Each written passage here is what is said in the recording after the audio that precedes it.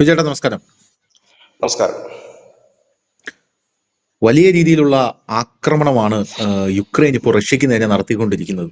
അപ്പോൾ നമുക്കിത് കേൾക്കുമ്പോൾ നമുക്ക് തോന്നും യുക്രൈനാണോ റഷ്യക്ക് നേരെ ആക്രമണം നടത്തുന്നത്? നമ്മൾ ഇത്രയും കാലം കേട്ടത് റഷ്യ യുക്രൈനിൽ സംഹാര താണ്ഡവം ആടിയെന്നാണ്. ഇപ്പോഴിതാ യുക്രൈൻ റഷ്യക്ക് നേരെ വലിയ ആക്രമണം നടത്തുകയാണ്. അപ്പൊ എന്താണ് ഇതിന്റെ പിന്നിലെന്ന് ചോദിച്ചു കഴിഞ്ഞാൽ നാറ്റോയുടെ കരങ്ങളാണോ എന്നുള്ള ഒരു സംശയമാണ് ഇപ്പോൾ ബലപ്പെടുന്നത്. ഇപ്പൊ ഇസ്താൻബുളിലും യുക്രൈനും റഷ്യയും തമ്മിലുള്ള ഒരു സമാധാന ചർച്ച നടക്കുന്ന സമയത്ത് വലിയ ഡ്രോൺ ആക്രമണം യുക്രൈൻ നടത്തി.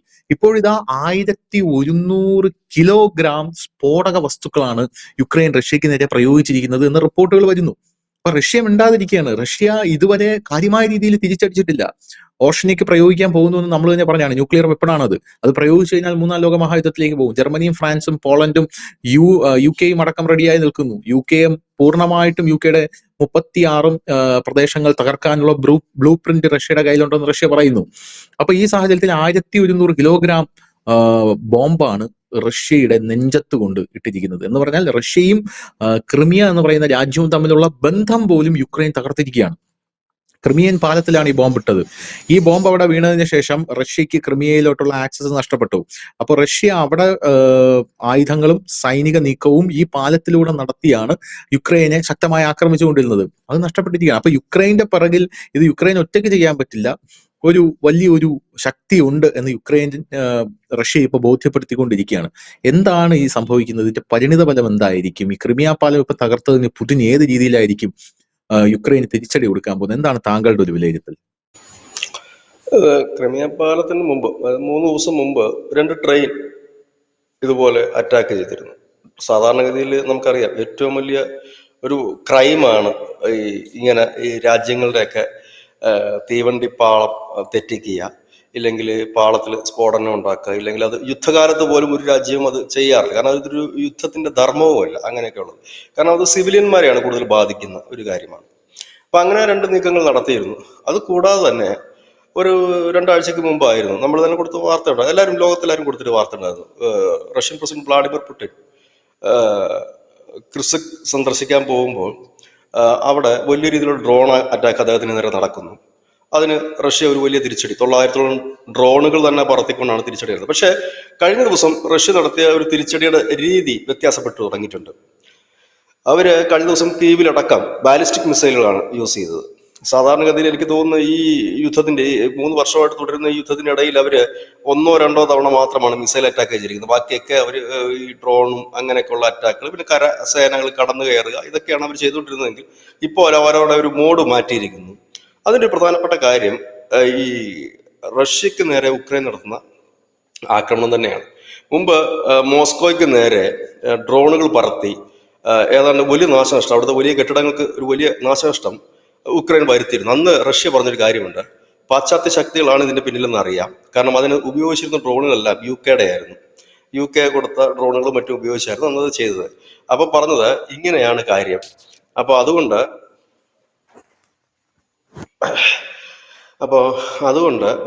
നമുക്ക് നിങ്ങൾക്ക് എതിരെ, അതായത് പാശ്ചാത്യ രാജ്യങ്ങൾക്കെതിരെ ഞാൻ ആയുധം പ്രയോഗിക്കും.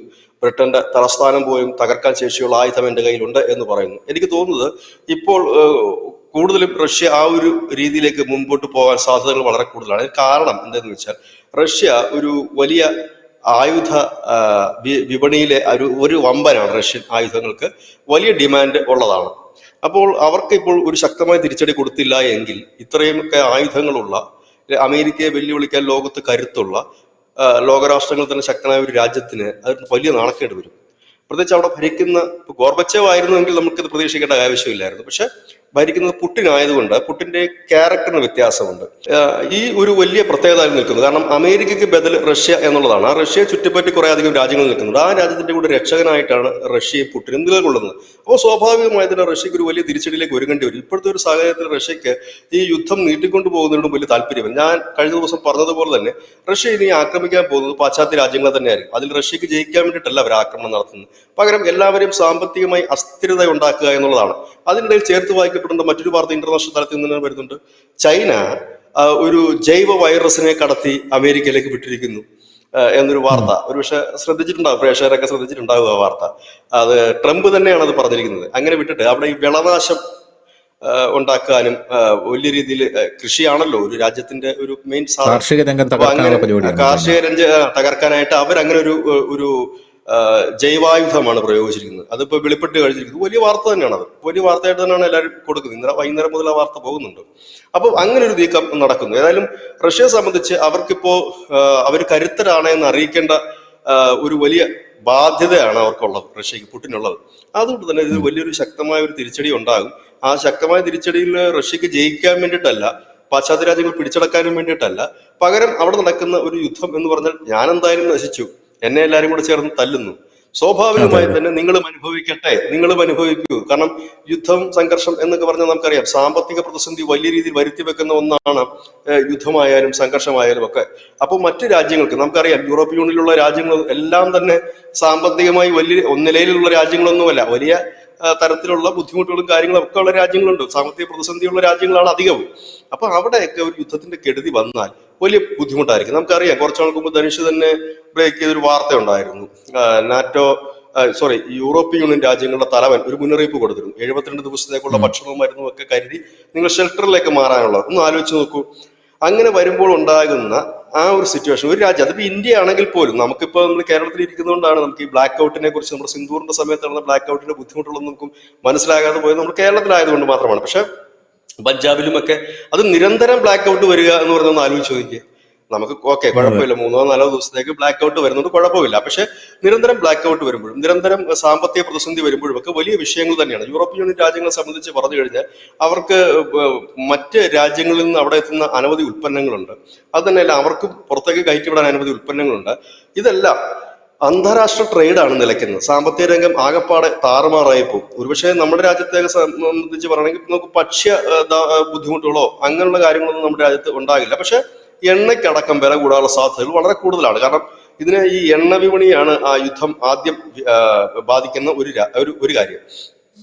രണ്ടാമത്തേത് ഭക്ഷണത്തിന്റെ കാര്യത്തിൽ വലിയ ഒരു ദാരിദ്ര്യത്തിലേക്ക് ലോകങ്ങളെ തള്ളിവിടും. പക്ഷെ ഇന്ത്യ പോലുള്ള രാജ്യത്തിന് അത് പേടിക്കേണ്ട കാര്യമില്ല. പക്ഷെ എണ്ണ വിലയൊക്കെ ഉൾപ്പെടെ കൂടിക്കഴിഞ്ഞാല് നമ്മുടെ നിത്യോപയോഗ സാധനത്തിന്റെ വിലയും കൂടുക. അതനുസരിച്ച് തന്നെ നമുക്കിപ്പോ ഇവിടെ ഇത് പറയുമ്പോൾ ഒരു രസമാണ്, പ്രേക്ഷകർക്കായാലും നമുക്കായാലും ഒക്കെ. അടിക്ക്, അവന് ബോംബിട്, അണുവായുധം ഇടുന്നൊക്കെ പറയുമ്പോൾ രസം. പക്ഷെ അതിന്റെ ഒരു വലിയ പരിണത ഫലം നമ്മളും അനുഭവിക്കണം. കേരളത്തിലാണെങ്കിലും നമ്മൾ അനുഭവിക്കണം. കാരണം ഇതിനൊക്കെ വലിയ ചേഞ്ചസ് വരും. അതുപോലെ തന്നെ ഡോളറിന്റെ വിനിമയ നിരക്കിലും വലിയ വ്യത്യാസം വരും. അതുപോലെ തന്നെ മറ്റ് പല കാര്യങ്ങളും വരും. നമുക്കറിയാം നമ്മുടെ മരുന്നിന് നമ്മൾ വേൾഡ് ഫാർമസി എന്നാണ് ഇന്ത്യയെ കുറിച്ച് പറയുന്നത് തന്നെ. ആ വേൾഡ് ഫാർമസിക്ക് തന്നെ പല സ്ഥലങ്ങളിൽ നിന്നാണ് അതിന്റെ കണ്ടന്റുകൾ വരുന്നത്.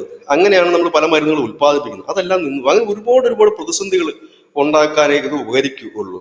അപ്പൊ പക്ഷെ എനിക്ക് മനസ്സിലാകാത്തൊരു കാര്യം, ഇസ്താംബൂളില് വെച്ചിട്ട് ഇവരൊരു ട്രീറ്റി എന്നും പറയാൻ കഴിയില്ല, ജസ്റ്റ് ഒരു വെടിനിർത്തലിന് പോകാനായിട്ട് ഇരിക്കുമ്പോഴാണ് ഈ ഉക്രൈൻ ഇങ്ങനെ ഭയങ്കരമായ വർദ്ധിത വീര്യത്തോട് കൂടിയിട്ടുള്ള ഒരു അറ്റാക്ക് നടത്തുന്നത്. അപ്പൊ അതിൽ നിന്ന് മനസ്സിലാക്കേണ്ട ഒരു പ്രധാനപ്പെട്ട കാര്യം, ധനുഷ് നേരത്തെ പറഞ്ഞത്, ഉക്രൈൻ അല്ല ചെയ്യുന്നത്, ഉക്രൈൻ എന്ന് പറയുന്ന രാജ്യമല്ല അത് ചെയ്യുന്നത്.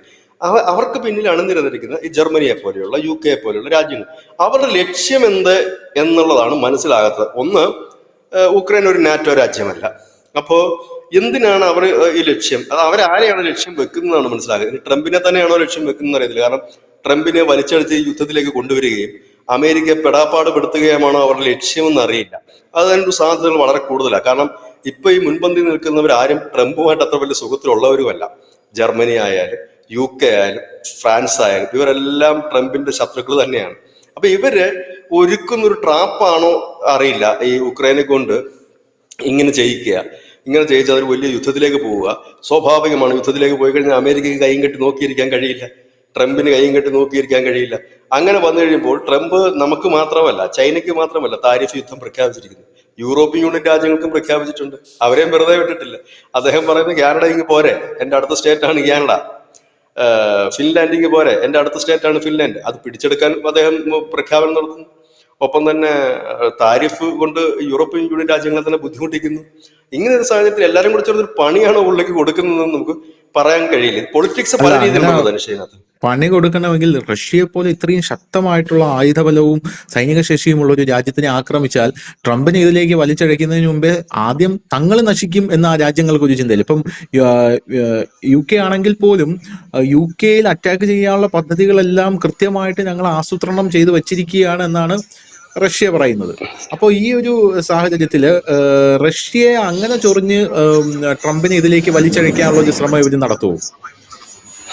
അല്ല, ഇനിയിപ്പോ വരാൻ പോകുന്ന ഒരു യുദ്ധം എന്ന് വെച്ചാൽ കണ്ടിന്യൂസ് ഒരു പഴയ രണ്ടാം ലോക മഹായുദ്ധം പോലെ ഇല്ല ഒന്നാം ലോക മഹായുദ്ധം പോലെ കാലങ്ങളോളം നീണ്ടു നിൽക്കുന്നൊന്നും ആയിരിക്കില്ല. ഒരു 3-4 ദിവസം ഇപ്പൊ നടക്കാൻ പോകുന്നൊരു സംഭവം എനിക്ക് തോന്നിയിട്ടുള്ളത്, നമ്മളിപ്പോ ഇതുവരെയുള്ള വാറുകൾ അടിയും തിരിച്ചടിയും പരിശോധിച്ചു കഴിഞ്ഞാൽ നമുക്ക് മനസ്സിലാകുന്ന ഒരു കാര്യം എന്ന് വെച്ചാൽ, ഇപ്പൊ ഇതിന്റെ ഒരു തിരിച്ചടി എന്ന നിലയിൽ പുടിൻ ഏതെങ്കിലും ഒരു വിദേശ രാജ്യത്തേക്ക് മിസൈലുകൾ അയക്കുക, അയച്ചു കഴിയുമ്പോൾ ലോകത്തൊരു 3-4 ലോകത്തിന്റെ യുദ്ധത്തിന്റെ ഭീതി ഉണ്ടാവും. സ്വാഭാവികമായി തന്നെ എല്ലാവരും കൂടെ ചാടി ഇറങ്ങും. നമ്മുടെ പ്രധാനമന്ത്രി നരേന്ദ്രമോദി അടക്കം എല്ലാവരും കൂടെ ചാടി ഇറങ്ങി പിന്നെ ഒരു കോംപ്രമൈസിന്റെ വഴിയിലേക്ക് എത്തും എന്നുള്ളതാണ് എനിക്ക് തോന്നുന്ന ഒരു കാര്യം. അതിനാണ് സാധ്യതകൾ കൂടുതൽ. അല്ലാതെ ഈ കാലങ്ങളോളം പണ്ടത്തെ പോലെ കാലങ്ങളോളം പോകാനുള്ള സാധ്യതകൾ വളരെ കുറവാണ്. പക്ഷെ ഇതിനകത്തൊരു പ്രശ്നമുണ്ട്. ഈ യുദ്ധം തുടങ്ങിക്കഴിഞ്ഞാൽ നമ്മുടെ കയ്യിൽ നിന്ന് നിൽക്കുന്ന കാര്യമല്ല. അത് ദിവസങ്ങളോളം നീണ്ടുപോയാൽ അതിന്റെ പിക്ചർ മാറും. ദിവസങ്ങളോളം നീണ്ടുപോയി കഴിഞ്ഞാൽ ഇപ്പോൾ റഷ്യയാണ് ഒരു സൈഡിൽ പരസ്യമായി നിൽക്കുന്നതെങ്കിൽ റഷ്യയോടൊപ്പം തന്നെ നിൽക്കുന്ന പലരും ഉണ്ട്. യൂറോപ്യൻ യൂണിയനിൽ പെടുന്ന ചെക്കോസ്ലോവിയ അടക്കമുള്ള രാജ്യങ്ങളുണ്ട്. റഷ്യയുടെ ഒപ്പം തന്നെയാണ് അവർ നിൽക്കുന്നത്. റഷ്യയുടെ നിലപാടിന് പിന്തുണ കൊടുത്തുകൊണ്ട് ഉക്രൈന് പിന്തുണ കൊടുക്കുന്ന രാജ്യങ്ങളാണ് അതൊക്കെ. ഉക്രൈനിൽ വിഷയത്തിൽ റഷ്യക്ക് പിന്തുണ കൊടുക്കുന്ന രാജ്യങ്ങളാണ്. അപ്പൊ അങ്ങനെയുള്ളവർ കൂടി രംഗത്തെത്തും. ഉത്തര കൊറിയ, അങ്ങനെ ഒരുപാട് പേർക്ക് ഒരുപാട് താല്പര്യങ്ങളുണ്ട്. ഇത് വലിയൊരു കത്തി പടരാനുള്ള സാധ്യതകളാണ് കൂടുതൽ നിൽക്കുന്നത്. നീണ്ടുപോയി കഴിഞ്ഞാൽ ഒരുപാട് പ്രശ്നമുണ്ട്. ചൈന തായ്വാനെ അറ്റാക്ക് ചെയ്യും. ആ ഒരു ചിലപ്പോൾ ഗ്യാപ്പിൽ ഇന്ത്യ വീണ്ടും പാകിസ്ഥാനെ കയറി അടിച്ചെന്ന് വരും. ബലൂചിസ്ഥാനുകൾ ചിലപ്പം മൊത്തത്തിൽ പിടിച്ചടിച്ച് എടുത്തുവന്നിരിക്കാം. അഫ്ഗാനിസ്ഥാനുകൾ ഇതൊക്കെ ഞാൻ പറയുന്ന സാധ്യതകൾ മാത്രമാണ് ഉണ്ടാകാം. കാരണം അമേരിക്കയും റഷ്യയും മറ്റു രാജ്യങ്ങളെല്ലാം യുദ്ധത്തിൽ പെട്ടിരിക്കുമ്പോൾ ഇവർക്കെല്ലാം കൂടി ഇങ്ങോട്ടൊന്ന് കോൺസെൻട്രേറ്റ് ചെയ്യാൻ പറ്റില്ല. കാരണം അവർക്ക് അവരുടെ രാജ്യത്തെ നോക്കണമല്ലോ. അതിനെ ബാധിക്കും, മിഡിൽ ഈസ്റ്റിനെ ബാധിക്കും, അങ്ങനെ ഒരുപാട് കാര്യങ്ങളെ ബാധിക്കുന്നതാണ്. അതുകൊണ്ട് ഒരു വലിയ യുദ്ധത്തിലേക്ക് പോകാൻ സാധ്യതയില്ല. പക്ഷെ പുടിൻ ഇതിന് മറുപടി കൊടുക്കുന്നത് ഉക്രൈനെതിരെ ആയിരിക്കില്ല. പകരം ഏതെങ്കിലും ഒരു നാറ്റോ രാജ്യത്തിന് മിസൈൽ ഇട്ടുകൊണ്ടായിരിക്കാം. അതിന്റെ പ്രതികാരം എങ്ങനെ ആയിരിക്കും എന്നുള്ളതാണ്. ഒരുപക്ഷെ അതൊരു തിരിച്ചടിയിലേക്ക് പോവുകയാണെങ്കിൽ അടിയും തിരിച്ചടിയുമായിട്ട് മുൻപോട്ട് പോകും. അല്ല എങ്കിൽ കോംപ്രമൈസ് വരും. ഞാൻ പറഞ്ഞില്ല, നമ്മുടെ പ്രധാനമന്ത്രി അടക്കം രംഗത്തെത്തും. അത് 1-2 മിസൈൽ പുടിൻ വിട്ട് കഴിഞ്ഞാൽ ഉടനെ എല്ലാവരും കൂടി ചാടി ഇറങ്ങും. കാരണം ഇത് ആർക്കും താല്പര്യമില്ലല്ലോ, മുമ്പോട്ട് പോകാൻ, യുദ്ധത്തിൽ പോകാൻ ആർക്കും താല്പര്യമില്ല. നമുക്കൊട്ടും താല്പര്യമില്ല. കാരണം നമ്മളൊന്ന് പച്ച പിടിച്ച് നിൽക്കുന്ന സമയമാണ്. ഇന്ത്യയെ സംബന്ധിച്ചോളം നമ്മളൊന്ന് പച്ച പിടിച്ച് നിൽക്കുന്ന സമയം. ഇത് എല്ലാവരും കച്ചവടം നടക്കണ്ടേ? കച്ചവടം നടക്കത്തില്ല. അങ്ങോട്ടും ഇങ്ങോട്ടും ട്രേഡിംഗ് ഉണ്ടാവില്ല, മറ്റു പല കാര്യങ്ങളും. പിന്നെ നമ്മളെ സംബന്ധിച്ച് പറഞ്ഞു കഴിഞ്ഞാൽ നമ്മുടെ രാജ്യത്തുനിന്ന് ഏറ്റവും കൂടുതൽ പ്രവാസികൾ യൂറോപ്യൻ കൺട്രീസിലുണ്ട്. അപ്പൊ അവരെ ഇത് ബാധിക്കും. അങ്ങനെ ഒരുപാട് കാര്യങ്ങളുണ്ട്. ഇപ്പൊ പൊടുന്നനെ ഒരു അറ്റാക്ക് നടന്നു കഴിഞ്ഞാൽ, ഇല്ലെങ്കിൽ വേണ്ട, അറ്റാക്ക് നടത്തുമെന്ന് യൂറോപ്യൻ യൂണിയൻ രാജ്യങ്ങളൊക്കെ അറ്റാക്ക് നടത്തുമെന്ന് പറഞ്ഞാൽ ധനുഷ് ഒന്ന് ആലോചിച്ച് നോക്കി, എത്ര വിമാനങ്ങൾ വേണ്ടി വരും നമ്മുടെ പൗരന്മാരെ നമ്മുടെ രാജ്യത്ത് എത്തിക്കാൻ. നമ്മുടെ രാജ്യത്ത് എന്തുമാത്രം ചെലവായിരിക്കും അത്. അറിയാമല്ലോ, ഉക്രൈൻ വാർ നടന്നപ്പോൾ സമയത്തൊക്കെ നമ്മൾ കണ്ടതാണ്. അപ്പൊ അതൊക്കെ വലിയ എക്സ്പെൻസീവ് ആയിട്ടുള്ള കാര്യങ്ങളാണ് നടക്കാൻ പോകുന്നത്. നമുക്ക് മറ്റേത് ഉക്രൈനിൽ നിന്ന് മാത്രം കൊണ്ടുവന്നാൽ മതിയായിരുന്നു. ഇതിപ്പോ എത്ര യൂറോപ്യൻ യൂണിയൻ രാജ്യങ്ങളാണ് നമ്മുടെ ആൾക്കാരുള്ളത്. അവിടെ നിന്ന് കൊണ്ടുവരിക എന്ന് പറഞ്ഞാൽ അത്ര ചെറിയ കാര്യം. അത് മാത്രമല്ല, ഒരു വർഷം 3 ലക്ഷം കുട്ടികളാണ് അമേരിക്ക മാത്രം പഠിക്കുന്നത്. കുട്ടികളുടെ കാര്യമാണ് ഞാൻ പറയുന്നത്, മറ്റുള്ള കാര്യം ഞാൻ പറയുന്നത്, മുതിർന്നവരുടെ കാര്യം കണക്കല്ല ഞാൻ പറയുന്നത്. കൊച്ചു കുട്ടികളുടെ, ഈ പഠിക്കുന്ന കുട്ടികളുടെ കാര്യമാണ് പറയുന്നത്. അവർ തന്നെ 3 ലക്ഷം വരും. അപ്പൊ ഇവരെല്ലാം കൊണ്ടുവരിക എന്ന് പറഞ്ഞാൽ എത്ര പ്രയാസപ്പെട്ട പണിയായിരിക്കും നമ്മുടേത്. എത്ര ഫ്ലൈറ്റ് അതിനു വേണ്ടി. അത് ചെറിയ രാജ്യങ്ങളല്ല ഇതൊന്നും. കാരണം മണിക്കൂറോളം പറക്കേണ്ട രാജ്യങ്ങളാണ്. ഇപ്പൊ പാകിസ്ഥാനിൽ നിന്ന് ബംഗ്ലാദേശിൽ നിന്ന് ഹെലികോപ്റ്ററോ ഇല്ല മറ്റെന്തെങ്കിലും സംവിധാനത്തിൽ നമുക്ക് കൊണ്ടുവരുന്നതൊക്കെയല്ല. 12 മണിക്കൂർ പറക്കേണ്ട രാജ്യങ്ങളുണ്ട്, 8 മണിക്കൂർ പറക്കേണ്ട രാജ്യമുണ്ട്, 16 മണിക്കൂർ പറക്കേണ്ട രാജ്യങ്ങളുണ്ട്. അതൊക്കെ വലിയ വിഷയങ്ങളാണ്. അപ്പൊ അതുകൊണ്ട് ഒരടി എന്തായാലും നടത്തും.